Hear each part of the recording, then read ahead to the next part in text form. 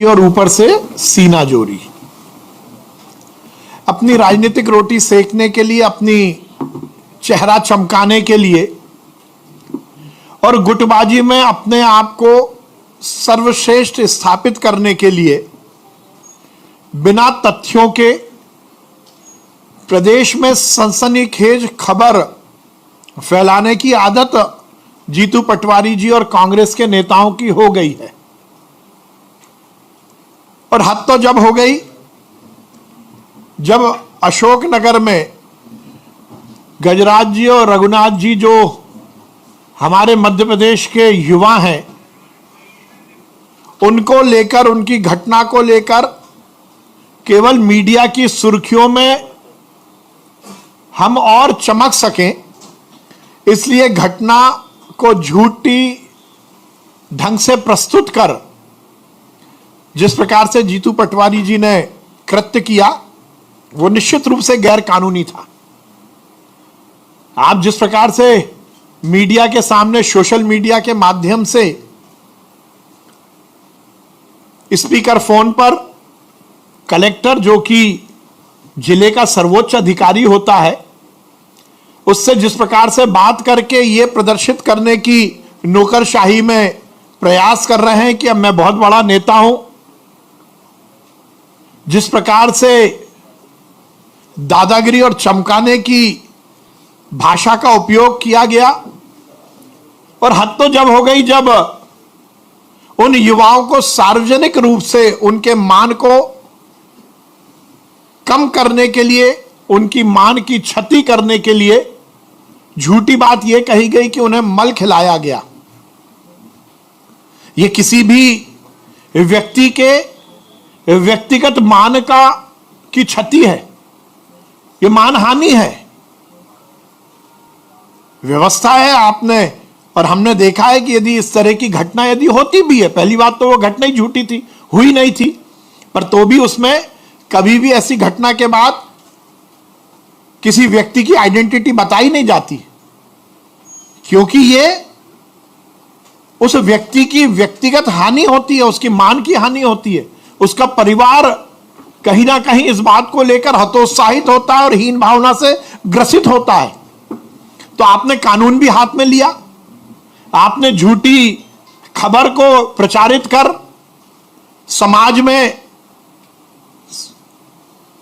गलत माहौल पैदा करने की कोशिश की, मध्य प्रदेश में सामाजिक सौहार्द बिगाड़ने की कोशिश की, कानून को हाथ में लिया। इस प्रकार से स्पीकर फोन पर किसी कलेक्टर को बदतमीजी की भाषा में बात करते हुए धमकाने की कोशिश की, उस व्यक्ति के मान को क्षति करने की मानहानि की गई। और यदि ये सब के बाद जब व्यक्ति ने खुद ने एफिडेविट दिया और उन्होंने कहा कि जीतू पटवारी जी और कांग्रेस के नेताओं ने मुझे पैसे और मोटरसाइकिल का लालच देकर झूठी बात की, और उसके बाद यदि आप पर एफआईआर होती है तो फिर चोरी और उसके ऊपर सीना चोरी।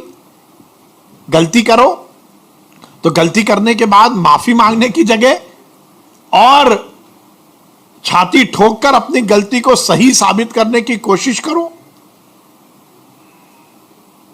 किसी युवा को अपनी राजनीति का शिकार बनाओ, राजनीतिक शोषण उनका करो, यह असंवैधानिक है। और फिर यदि एफआईआर दर्ज होती है तो चुपचाप जाकर आपको गिरफ्तारी देनी थी, यदि आप संविधान का इतना पालन करते हैं। बातें तो बहुत करते हैं कि हम संविधान की रक्षा करेंगे, संविधान और न्याय की बात करने वाले ये कांग्रेस के नेता हर समय संविधान की धज्जियां उड़ाते हैं। मैंने जो जो बातें की वो सब के बाद निश्चित रूप से संवैधानिक रूप से उन पर केस दर्ज होना ही था, जो दर्ज हुआ। वैसे कांग्रेस यदि संविधान की धज्जियां उड़ाते हैं तो इसमें कोई बहुत नई बात नहीं है। यह तो नेहरू परिवार और कांग्रेस की हर समय से आदत रही है। नेहरू जी से लेकर और अभी राहुल जी तक दसों घटनाएं ऐसी हैं जिसमें कांग्रेस के नेताओं ने और खासकर नेहरू परिवार ने संविधान की धज्जियां उड़ाई। भ्रष्टाचार को नेहरू जी के समय से यदि फिरोज गांधी जी ने उजागर किया था, तो उस समय से लेकर संविधान की धज्जियां उड़ाने से लेकर इंदिरा गांधी जी द्वारा आपातकाल लगाना, उस समय समाज में भय का माहौल पैदा करके जबरदस्ती नसबंदी कराना, राजीव गांधी जी द्वारा शाहबानो प्रकरण के माध्यम से संविधान का और का मखौल उड़ाना और कोर्ट की अवमानना करना, राहुल गांधी जी जब तथाकथित रूप से मनमोहन सिंह सरकार के रिमोट के माध्यम से संचालन करते थे, तो संसद में बने हुए कानून को फाड़कर संविधान और संसद को धता बताना, नेशनल हेराल्ड मामले में अरबों रुपए का भ्रष्टाचार करने के बाद यदि जांच एजेंसियों द्वारा कोई कार्रवाई की गई तो सार्वजनिक रूप से जांच एजेंसियों को अपमानित करना, संविधान के हर एक संवैधानिक व्यवस्था के ऊपर प्रश्न चिन्ह लगाकर अपने आप को साम्राज्यवादी मानसिकता के द्वारा संविधान से ऊपर प्रकट करना, यह नेहरू परिवार की आदत रही है।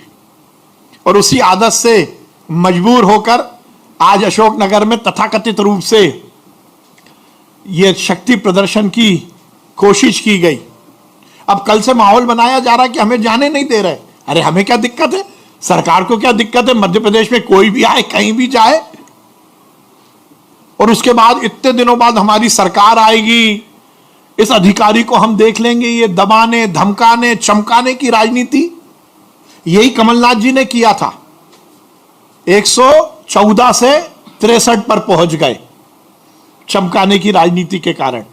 और मैं आज इस पत्रकार वार्ता के माध्यम से यह दावा करता हूं कि 63 पहले तिहाई में थे, 114 दहाई में पहुंचे 63, और ऐसे चमकाओगे तो इकाई में पहुंचोगे, 10 भी नहीं बन पाएंगे विधायक कांग्रेस के। निश्चित रूप से यह मध्य प्रदेश और देश की राजनीति पर प्रश्न चिन्ह लगाने की बात है। सही मायने में तो जीतू पटवारी जी और कांग्रेस के नेताओं को उन युवकों से माफी मांगनी चाहिए सार्वजनिक रूप से, जिनका मान को क्षति पहुंचाई है। कल से बातें हो रही हैं कि हम रोक रहे हैं, हम किसी को नहीं रोक रहे, ना रोकेंगे, पर मुख्य मुद्दा यह है कि पहुंचना तो 11 बजे था, अभी तक कोई नेता ही नहीं पहुंचा। जीतू पटवारी जी अकेले घूमते फिर रहे हैं, सबको फोन लगा रहे हैं, कोई नेता नहीं पहुंचा, और सब कह रहे हैं कि हमें यहां रोक लिया, वहां रोक लिया, किसी को कहीं नहीं रोका गया। यह फिर सेंसेशनल न्यूज बनाने की कोशिश। गुटबाजी के आकंठ में डूबी हुई कांग्रेस, गुट और गिरोह में बटी हुई कांग्रेस, कबीलों की राजनीति करने वाली कांग्रेस की यह सच आज फिर उजागर हुआ कि कांग्रेस में केवल गुटबाजी है। कोई नेता का नहीं पहुंचना इस बात को इंगित करता है कि यह कांग्रेस की गुटबाजी का परिणाम है। कोई भी एक, अभी तक तो जो मेरी जानकारी, एक भी नेता अभी तक नहीं पहुंचा। और अब नई बातें हो रही, इसको यहां रोक दिया, कहीं किसी को नहीं रोका, ना रोकेंगे। पर इस तरह से यदि राजनीति झूठ और फरेब की करेंगे तो यह राजनीति नहीं चलेगी। जनता ये सब जानती है, और मध्य प्रदेश की जनता बहुत जागरूक है। कांग्रेस को चाहिए कि सेंसेशनल राजनीति ना करे। मध्य प्रदेश की जनता ने उन्हें विपक्ष की भूमिका का निर्वहन करने का आदेश दिया है। विपक्ष की भूमिका का सकारात्मक रूप से निर्वहन करे, जो यथार्थ हो उस घटना के प्रति सरकार का ध्यान आकर्षित करे, ना कि स्क्रिप्टेड घटना बनाकर अपनी राजनीतिक रोटी सेके। कांग्रेस और जीतू पटवारी जी का आज जो असफल प्रयास है, उसने एक बार पुनः कांग्रेस की गुटबाजी, कांग्रेस की बदनीति को प्रदर्शित किया है। बहुत धन्यवाद। मैंने कहा ना कि यह चमकाइश वाली राजनीति नहीं चलेगी। और मैं हर समय कहता आया हूं, कांग्रेस हर समय उसी कहावत को आगे बढ़ाती है कि मेरी मौसी को मूछें होंगी तो मैं उन्हें मामा कहूंगा। मौसी को कभी मूछें हो ही नहीं पाएंगी। कांग्रेस की सरकार कभी नहीं बनेगी। पहले चमकाया था 114 से 63, अब चमका रहे हैं तो 63 से 9 के अंदर ही जाएंगे।